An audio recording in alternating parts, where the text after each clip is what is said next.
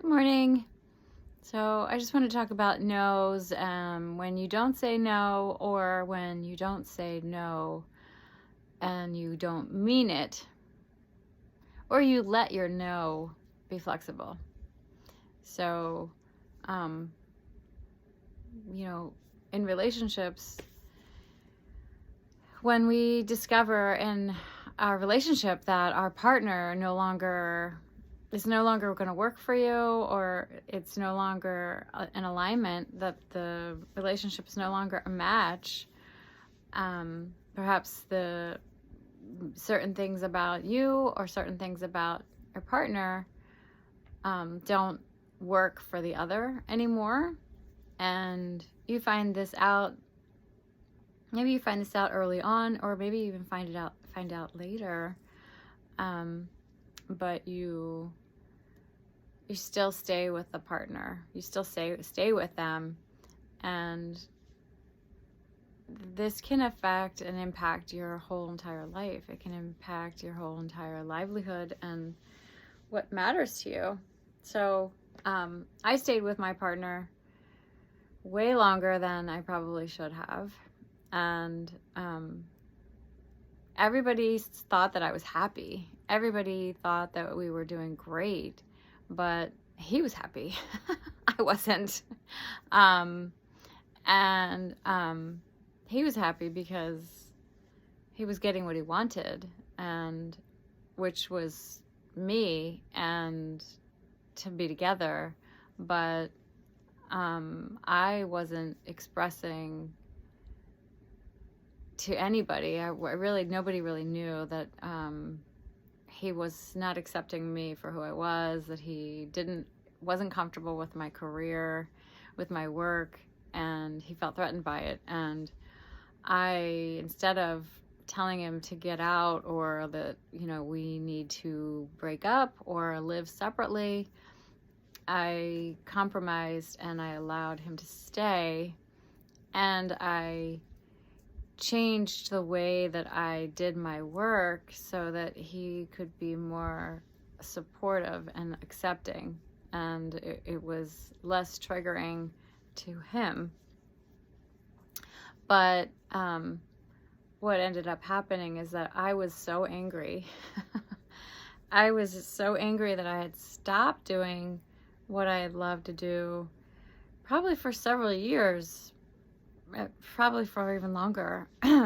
And my expressing my frustration didn't go anywhere. It didn't resolve anything.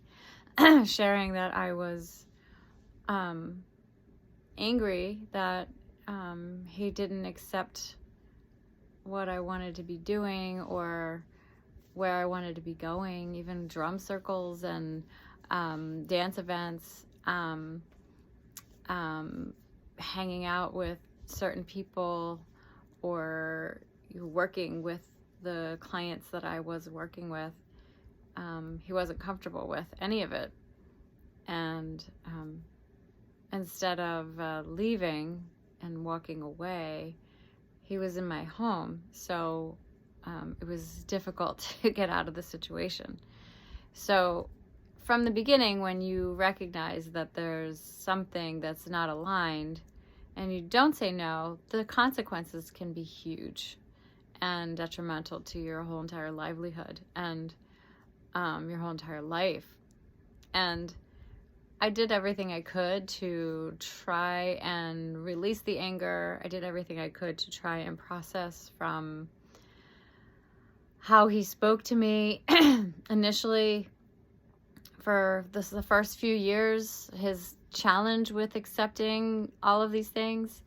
And no matter what I did to help heal myself while we were together, I couldn't open myself up to doing what it is that I wanted to be doing anymore. It was almost like a soul. I felt like my soul had been so traumatized from what he said, how he said it, and the frequency that he said it, that him saying later, I'm sorry, one time, or go do what you love, years later, after years and days and days and hours and hours and hours of his speaking in those ways that were hurtful to what mattered to me and to what I believed in and what I was passionate about, caused almost like my energy was so compacted with a stress energy,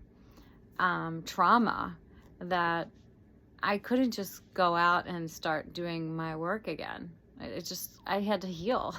Like I had to detach, I had to separate, I had to have my own space, and I needed time to process from how he behaved.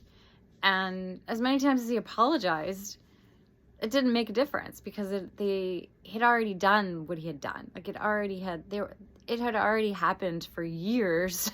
So any apology wasn't going to make a difference. No matter how many times he apologized or how many gifts he gave me or how loving he was, that didn't matter, because he had already been so rough and I don't know, like the words and the energy that he said had already been so hurtful, and it was so painful for years that I was kind of numb. I became numb for a while, for several years. Probably after COVID or during COVID, that was the time that I tried to really work on letting his words go, and I tried to really work on letting go of my anger at him for kind of convincing me that I shouldn't be doing what I really love to do. And it took a long time to let go of the anger. I finally did, but I was left with just like that numbness. So,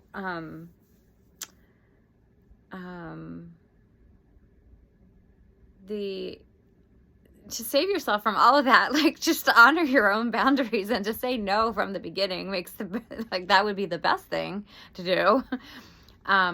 But I've been really working on releasing myself from how he behaved. Like that's really what I've been working on. Like I had to grieve his passing. Of course, you guys all know that.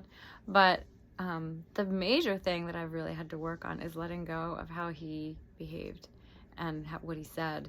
And I didn't know how to do that. Like I tried everything.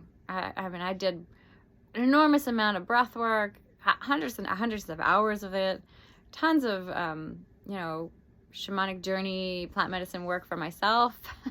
And it's all helped. It's all helped a little bit, but it takes time. Like it's like letting go of years of somebody's behavior that is painful can take time.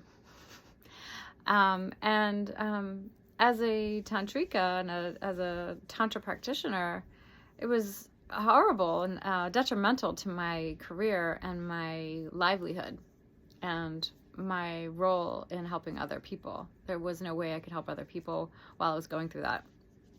I had to let all that go, and I had to detach. And every time he would go away for a trip, like he would do his own shamanic journeys, he would go away for a week or so, and while he was gone, it was great. I felt like I finally had a little bit of time to work on clearing my energy from everything.